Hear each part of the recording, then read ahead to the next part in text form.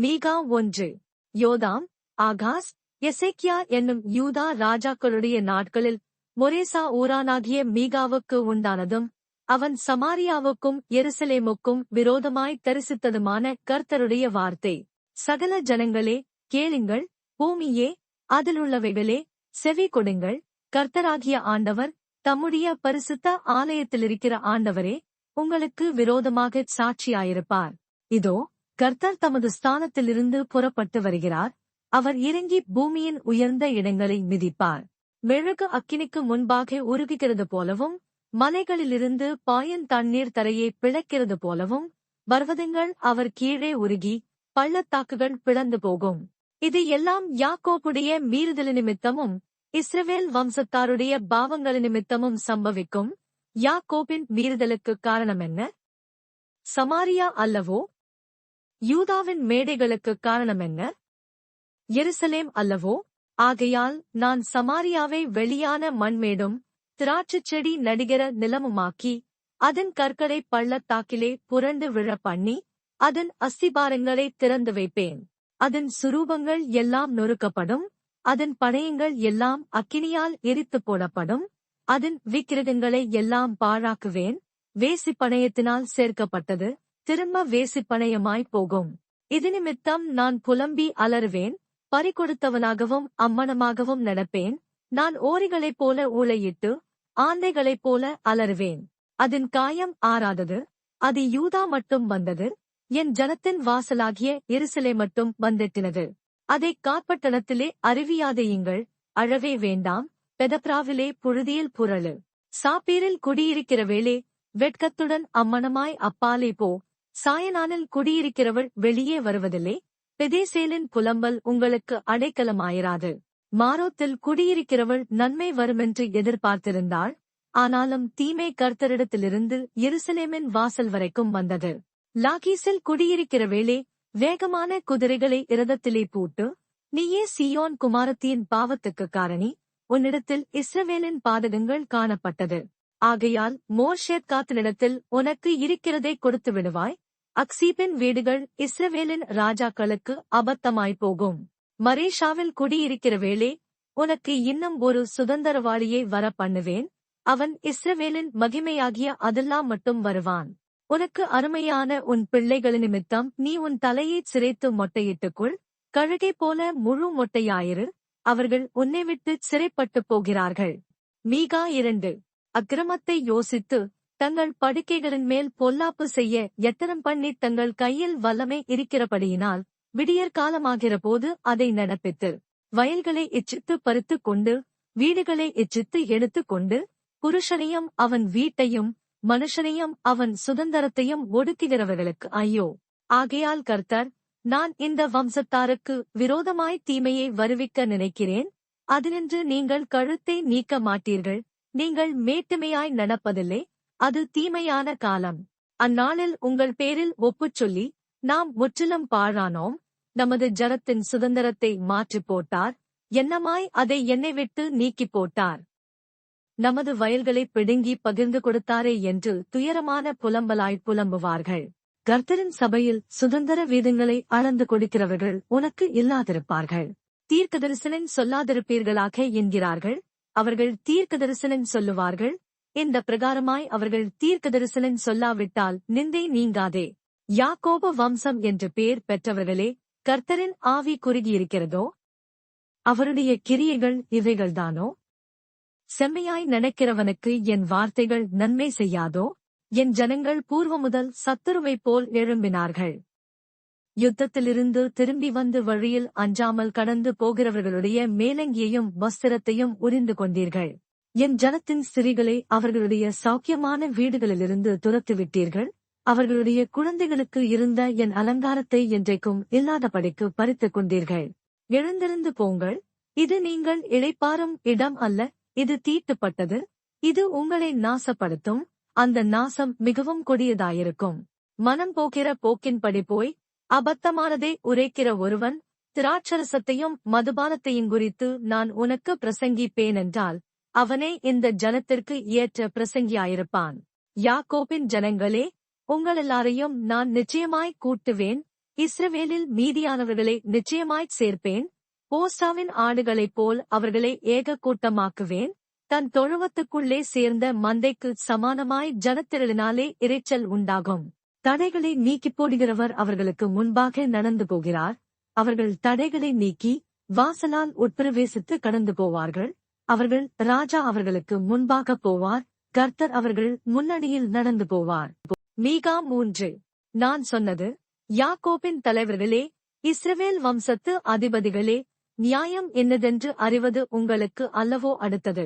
ஆனாலும் நன்மையை வெறுத்து தீமையை விரும்பி அவர்கள் மேல் இருக்கிற அவர்களுடைய தோலையும் அவர்கள் எலும்புகள் மேல் இருக்கிற அவர்களுடைய சதையையும் பிடுங்கி என் ஜனத்தின் சதையைத் தின்று அவர்கள் மேல் இருக்கிற அவர்களுடைய தோலை உரிந்து கொண்டு அவர்கள் எலும்புகளை முறித்து பானையிலே போடும் வண்ணமாகவும் இறைச்சியை கொப்பரைக்குள்ளே போடும் வண்ணமாகவும் அவைகளை துண்டிக்கிறார்கள். அப்பொழுது அவர்கள் கர்த்தரை நோக்கி கூப்பிடுவார்கள். ஆனாலும் அவர்கள் தங்கள் கிரியைகளில் பொல்லாதவர்களானபடியினால் அவர் அவர்களுக்கு மறுதரவு கொடாமல் தமது முகத்தை அக்காலத்திலே அவர்களுக்கு மறைத்துக் கொள்ளுவார். தங்கள் பற்களினால் கடிக்கிறவர்களாயிருந்து சமாதானமென்று சொல்லி தங்கள் வாய்க்கு உணவை கொடாதவனுக்கு விரோதமாகச் சண்டைக்கு ஆயத்தம் பண்ணி என் ஜனத்தை மோசம் போக்குகிற தீர்க்கதரிசிகளுக்கு விரோதமாய் கர்த்தர் சொல்லுகிறது என்னவென்றால், தரிசனங்காணக்கூடாத இராத்திரியும் குறிசொல்லக்கூடாத அந்தகாரமும் உங்களுக்கு வரும். தீர்க்கதரிசிகளின் மேல் சூரியன் அஸ்தமித்து அவர்கள் மேல் பகல் காரிருளாய்ப் போகும். தரிசனம் பார்க்கிறவர்கள் வெட்கி குறிசொல்லுகிறவர்கள் நாணி உத்தரவு கொடுக்கிற தேவன் இல்லாததினால் அவர்கள் எல்லாரும் தங்கள் வாயை மூடுவார்கள்.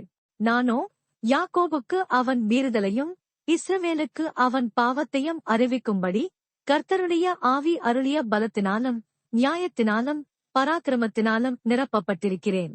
நியாயத்தை அருவருத்து செம்மையானவைகளையெல்லாம் கோணலாக்கி சீயோனை இரத்த பழியினாலும் எருசலேமே அநியாயத்தினாலும் கட்டுவிக்கிற யாக்கோபு வம்சத்து தலைவர்களே, இஸ்ரவேல் வம்சத்து அதிபதிகளே, இதைக் கேளுங்கள். அதன் தலைவர்கள் பரிதானத்துக்கு நியாயந்திருக்கிறார்கள். அதன் ஆசாரியர்கள் கூலிக்கு உபதேசிக்கிறார்கள். அதன் தீர்க்கதரிசிகள் பணத்துக்கு குறிசொல்லுகிறார்கள். ஆகிலும் அவர்கள் கர்த்தரைச் சார்ந்து கொண்டு, கர்த்தர் எங்கள் நடுவில் இல்லையோ, தீங்கு எங்கள் மேல் வராது என்கிறார்கள். ஆகையால் உங்கள் நிமித்தம் சீயோன் வயல்வெளியைப் போல உழப்பட்டு எருசலேம் மண்மேடுகளாய்ப்போம். ஆலயத்தின் பர்வதம் காட்டு மேடுகளாய்ப்போம். மீகா 4.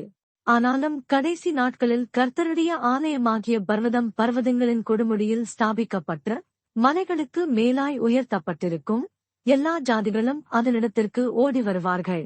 திரளான ஜாதிகள் புறப்பட்டு வந்து, நாம் கர்த்தரின் பர்வதத்துக்கும் யாக்கோபின் தேவனுடைய ஆலயத்துக்கும் போவோம் வாருங்கள்.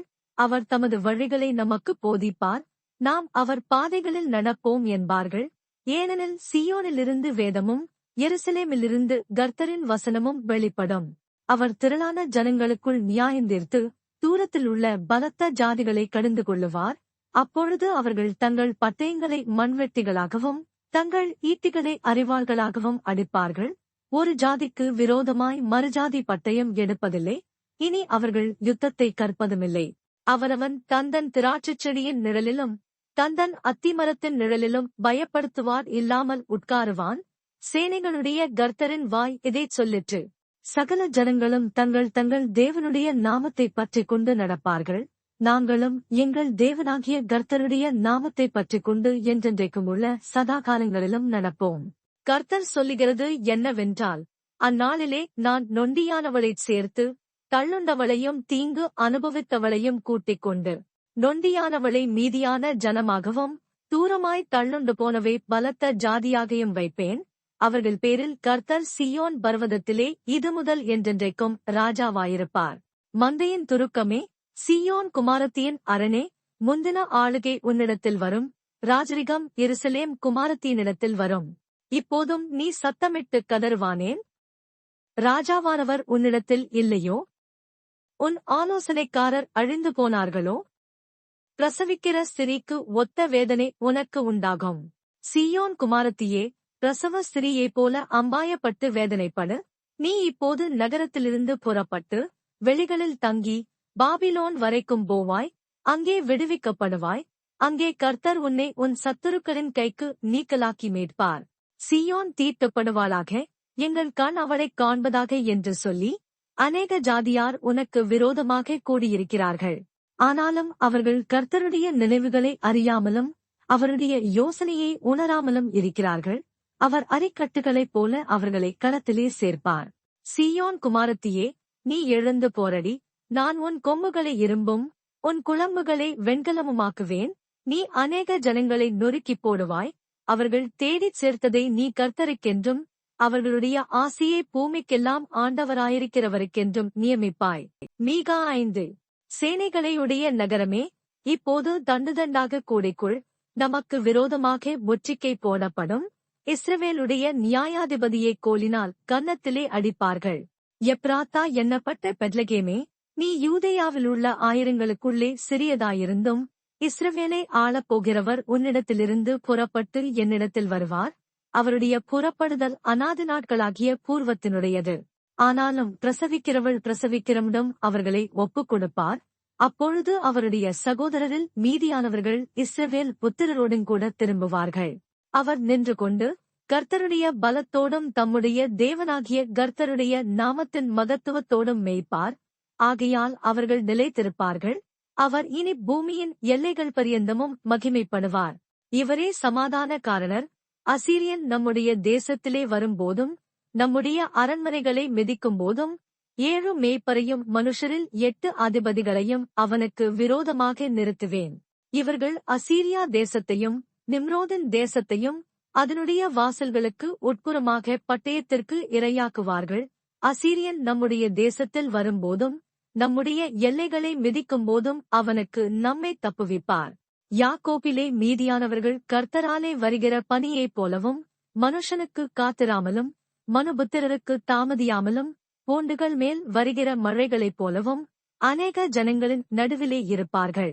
யாக்கோபிலே மீதியானவர்கள் சிங்கம் காட்டு மிருகங்களுக்குள்ளே இருக்கிறதற்கு சமானமாகவும் கடந்து போய் மிதித்து தப்புவிப்பார் இல்லாமல் பீறி போடுகிற பாலசிங்கம் ஆட்டு மந்தைகளுக்குள்ளே இருக்கிறதற்கு சமானமாகவும் ஜாதிகளுக்குள் அநேக ஜனங்களின் நடுவிலே இருப்பார்கள். உன்னுடைய கை உன் விரோதிகளின் மேல் உயரும். உன் சத்துருக்கள் எல்லாரும் சங்கரிக்கப்படுவார்கள். அந்நாளிலே நான் உன் குதிரைகளை உன் நடுவில் இராதபடிக்கு சங்கரித்து உன் இரதங்களை அழித்து உன் தேசத்து பட்டணங்களைச் சங்கரித்து உன் அரண்களையெல்லாம் நிர்மூலமாக்கி சூனிய வித்தைகள் உன் கையில் இராதபடிக்கு அகற்றுவேன். நான் பார்க்கிறவர்கள் உன்னிடத்தில் இல்லாமற் போவார்கள். உன் சுரூபங்களையும் உன் சிலைகளையும் உன் நடுவில் இராதபடிக்கு நிர்மூலமாக்குவேன். உன் கையின் கிரியையை நீ இனி பணிந்து கொள்ளாய். நான் உன் விக்கிரகத் தோப்புகளை உன் நடுவில் இராதபடிக்கு பிடுங்கி உன் பட்டணங்களை அழித்து செவிகொடாத புறஜாதிகளிடத்திலே கோபத்தோடும் உக்கிரத்தோடும் நீதியை சரி கட்டுவேன் என்றார். மீகா 6. கர்த்தர் சொல்லுகிறதை கேளுங்கள். நீ எழுந்து பர்வதங்களுக்கு முன் உன் வழக்கைச் சொல். மலைகள் உன் சத்தத்தை கேட்கக் கடவது. பர்வதங்களே, பூமியின் உறுதியான அஸ்திபாரங்களே, கர்த்தருடைய வழக்கை கேளுங்கள். கர்த்தருக்கு அவர் ஜனத்தோடே வழக்கு இருக்கிறது. இஸ்ரவேலோடே அவர் வழக்காடுவார். என் ஜனமே, நான் உனக்கு என்ன செய்தேன்? நான் எதினால் உன்னை விசனப்படுத்தினேன்? எனக்கு எதிரே உத்தரவு சொல். நான் உன்னை எகிப்து தேசத்திலிருந்து வர பண்ணி அடிமைத்தன வீட்டிலிருந்தோன்னை மீட்டுக் கொண்டு மோசே ஆரோன் மீரியாம் என்பவர்களை உனக்கு முன்பாக அனுப்பினேன். என் ஜனமே, மோவாபின் ராஜாவாகிய பாலாக் பண்ணின யோசனை இன்னதென்றும் பேயோரின் குமாரனான பிலேயாம் அவனுக்கு பிரதியுத்தரமாகச் சொன்னது இன்னதென்றும் சித்தீம் தொடங்கி கில்கால் மட்டும் நடந்தது இன்னதென்றும் நீ கர்த்தருடைய நீதிகளை அறிந்து கொள்ளும்படி நினைத்துக்கொள். எண்ணத்தைக் கொண்டு நான் கர்த்தருடைய சந்நிதியில் வந்து உன்னதமான தேவனுக்கு முன்பாக பணிந்து கொள்வேன். தகன பலிகளைக் கொண்டும் 1 வயது கன்றுக்குட்டிகளைக் கொண்டும் அவர் சந்நிதியில் வரவேண்டுமோ? ஆயிரங்களான ஆட்டுக்கடாக்களின் பேரிலும் எண்ணெயாய் ஓடுகிற 10,000 ஆறுகளின் பேரிலும் கர்த்தர் பிரியமாயிருப்பாரோ? என் அக்கிரமத்தைப் போக்க என் முதற்பேறானவனையும் என் ஆத்துமாவின் பாவத்தைப் போக்க என் கற்பக்கனியையும் கொடுக்க வேண்டுமோ? மனுஷனே, நன்மை என்னதென்று அவர் உனக்கு அறிவித்திருக்கிறார். நியாயமஞ்செய்து இரக்கத்தைச் சிநேகித்து உன் தேவனுக்கு முன்பாக மனத்தாழ்மையாய் நடப்பதை அல்லாமல் வேறே எண்ணத்தை கர்த்தர் உன்னிடத்தில் கேட்கிறார். கர்த்தருடைய சத்தம் நகரத்தை நோக்கி கூப்பிடுகிறது. ஞானமுள்ளவன் உம்முடைய நாமத்தை மதிப்பான். விலாற்றிற்கும் அதை நேமித்தவருக்கும் செவி கொடுங்கள்.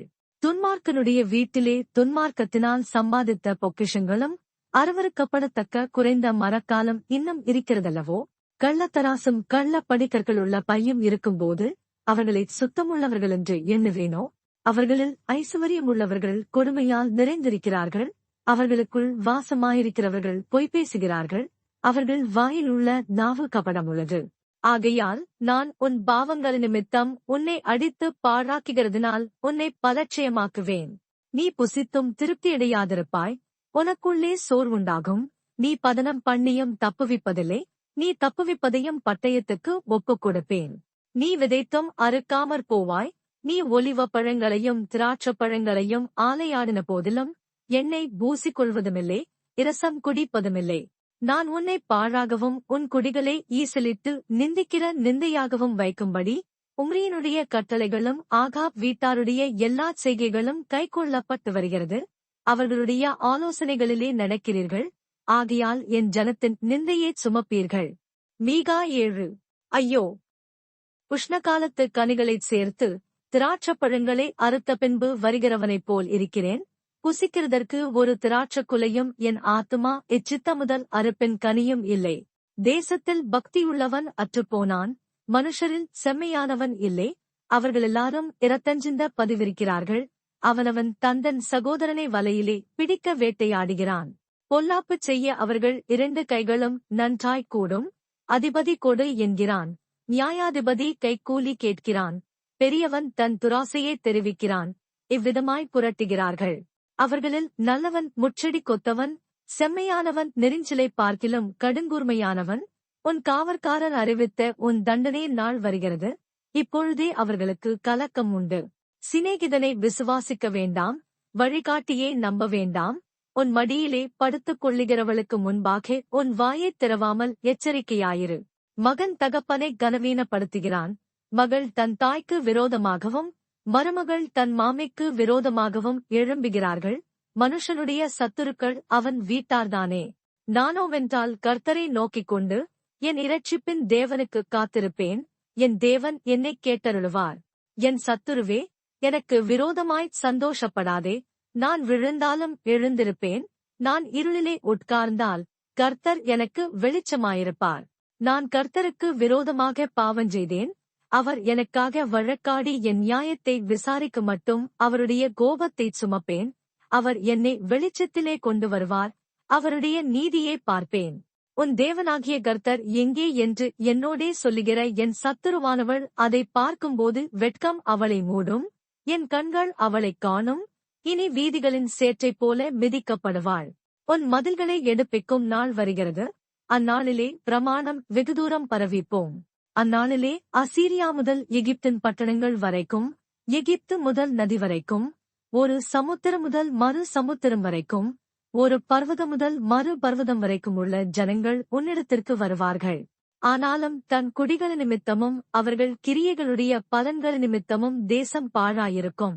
கர்மேலின் நடுவிலே தனித்து வனவாசமாயிருக்கிற உமது சுதந்திரமான மந்தையாகிய உம்முடைய ஜனத்தை உமது கோலினால் மேய்த்தருளும். பூர்வ நாட்களில் மேய்ந்தது போலவே அவர்கள் பாசானிலும் கீலேயாத்திலும் மேய்வார்களாக. நீ எகிப்து தேசத்திலிருந்து புறப்பட்ட நாளில் நடந்தது போலவே உன்னை அதிசயங்களைக் காண பண்ணுவேன். புறஜாதிகள் கண்டு தங்களுடைய எல்லா பராக்கிரமத்தையும் குறித்து வெட்கப்படுவார்கள். கையை வாயின் மேல் வைத்துக் கொள்வார்கள். அவர்கள் காதுகள் செவிடாய்ப் போகும். பாம்பைப் போல மண்ணை நக்குவார்கள்.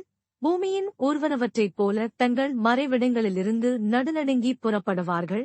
நமது தேவனாகிய கர்த்தரிடத்திற்கு திகிலோடே சேர்ந்து உனக்கு பயப்படுவார்கள். தமது சுதந்திரத்தில் மீதியானவர்களுடைய அக்கிரமத்தைப் பொறுத்து மீறுதலை மன்னிக்கிற தேவரீருக்கு ஒப்பான தேவன் யார்? அவர் கிருபை செய்ய விரும்புகிறபடியால் அவர் என்றென்றைக்கும் கோபம் வையார். அவர் திரும்ப நம்மேல் இறங்குவார். நம்முடைய அக்கிரமங்களை அடக்கி நம்முடைய பாவங்களையெல்லாம் சமுத்திரத்தின் ஆழங்களில் போட்டுவிடுவார். தேவரீர் பூர்வ நாட்கள் முதல் எங்கள் பிதாக்களுக்கு ஆணையிட்ட சத்தியத்தை யாக்கோபுக்கும் கிருபையே ஆபிரகாமுக்கும் கட்டளையிடுவீராக.